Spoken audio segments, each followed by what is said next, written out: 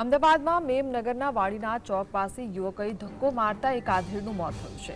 બોલાચાલી બાદ આરોપી યુવકોએ આધેડને ધક્કો માર્યો હતો, જેના કારણે તેઓ જમીન પર પટકાયા અને બાદમાં ઊભા ન થઈ શક્યા। ગંભીર ઇજાઓના કારણે તેમનું મોત થઈ ગયું છે। ઘટનાના સીસીટીવી ફૂટેજ મળ્યા બાદ પોલીસે આરોપીઓ સામે કાર્યવાહી શરૂ કરી છે અને વધુ તપાસ હાથ ધરી છે। સંવાદદાતા વિરેન્દ્રસિંહ ભાટી જોડાયા છે। વિરેન્દ્ર, શું જાણકારી? વાડીના ચોક પાસે એક આધેડને ધક્કો મારતા તેમનું ઘટના સ્થળે જ મોત નીપજ્યું હતું।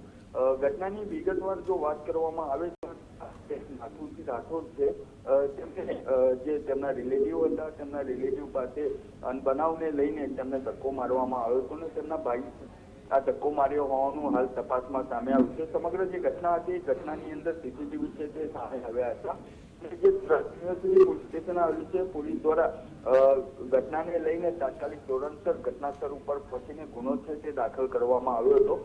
પરિવાર દ્વારા સૌપ્રથમ પહેલા મૃતદેહ સ્વીકારવાની ના પાડવામાં આવી રહી હતી, પરંતુ પોલીસ દ્વારા તેમને સમજાવતા તેની સાથે સાથે જે પરિવારજનો હતા તે પરિવારજનો દ્વારા તેમનો મૃતદેહ લઈને તેમના નિવાસસ્થાન એટલે કે તેમના ગામ માટે રવાના થયા છે ને તેમની અંતિમ વિધિ પતાવ્યા બાદ સમગ્ર જે ઘટનાક્રમ તો તેની અંદર જે કાયદેસરની કાર્યવાહી મુજબ કાર્યવાહી કરીને જે પણ લોકો આની અંદર સંડોવાયેલા છે તેમની ધરપકડ કરવામાં આવશે। જી, આભાર।